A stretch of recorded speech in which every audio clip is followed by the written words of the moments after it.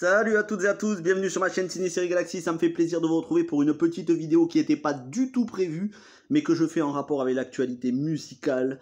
Vous le savez, les Daft Punk viennent de se séparer, ils ont fait une vidéo épilogue où on peut les voir se séparer, c'est très visuel, c'est très beau d'ailleurs, avec un morceau composé par les Daft Punk. Voilà, ça a fait le tour des journaux, je vais pas m'étendre là-dessus pendant un quart d'heure, si ce n'est vous dire que moi c'est un groupe qui me berce depuis mon adolescence, donc j'ai été très triste d'apprendre leur séparation, comme si ça suffisait pas toute la période qu'on est en train de vivre avec ces artistes qui décèdent jour après jour. Voilà qu'on a un des groupes pour moi les plus talentueux au monde qui se sépare. Bon ben c'est pas grave, tant pis, je continuerai d'écouter les albums des Daft Punk, hein, Discovery étant pour moi un album parfait. Mais voilà, on a aussi Random Access Memory, on n'oublie pas Homework et Human After All. Bref, toute la discographie des Daft Punk. Mais ça n'est pas pour vous parler donc des Daft Punk exclusivement que je fais cette vidéo.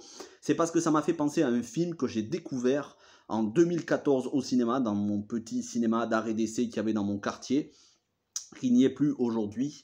Et donc, je m'étais régalé. Ce film, c'est Eden, réalisé et écrit par Mia Hansen-Løve et coécrit par son frère Sven Hansen-Løve, qui était un DJ dans les années 90, un des pionniers de la musique électro, au même titre que les Daft Punk, peut-être avec moins d'envergure parce que moins de succès.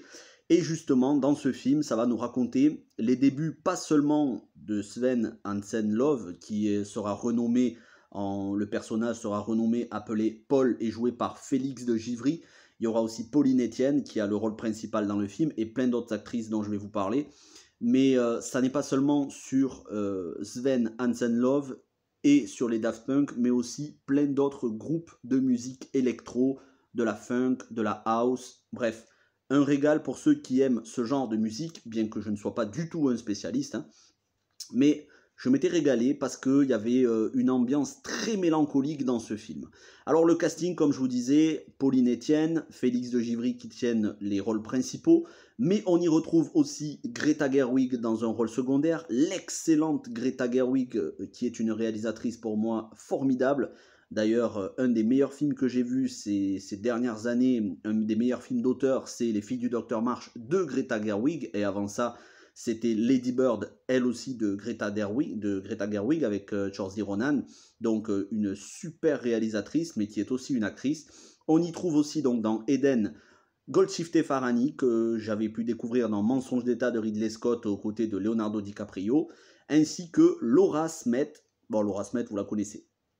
Et c'est pour ça que je fais cette vidéo, dans le film, on a les Daft Punk qui sont joués par Vincent Lacoste et Arnaud Azoulay.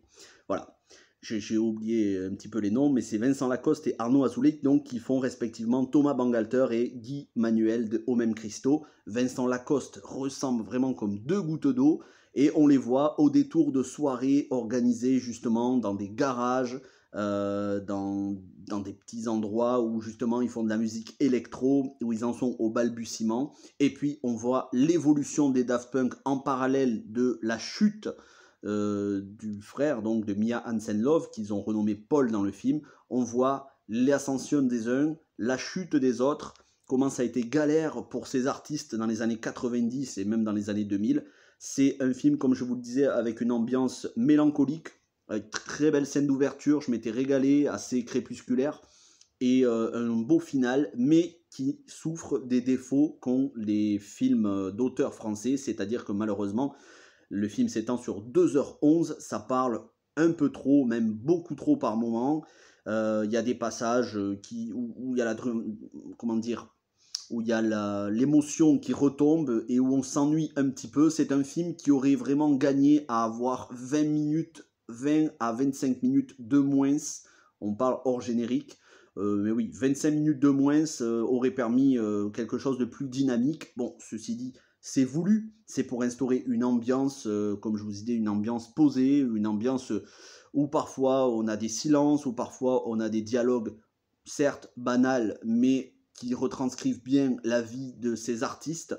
Et donc, j'ai envie de vous dire que je vous le recommande, tout simplement, Eden de Mia Hansen-Løve, sorti en 2014 sur la musique électronique dans les années 90. Ascension et chute des uns, ascension et succès des autres, et surtout, on y retrouve les Daft Punk, et il y a des morceaux de musique des Daft Punk, et ça fait plaisir, parce que, voilà, ils se sont séparés, mais on continue d'écouter avec une grande émotion, et toujours avec autant de fascination, leur bande originale, bien évidemment, pour ceux qui aiment les Daft Punk, dont je fais partie. Merci à tous, donc comme je vous disais, voilà, c'est une vidéo pas du tout prévue, donc en face cam, et on se retrouve très vite pour d'autres critiques avec du montage, des lives. On se retrouve aussi lundi prochain pour un live à partir de 19 h sur The Walking Dead épisode 17. Mais je vous en dirai un petit peu plus dans les vidéos de ce week-end. Passez une bonne soirée au moment où je fais cette vidéo, c'est le soir. Donc une bonne soirée ou une bonne journée.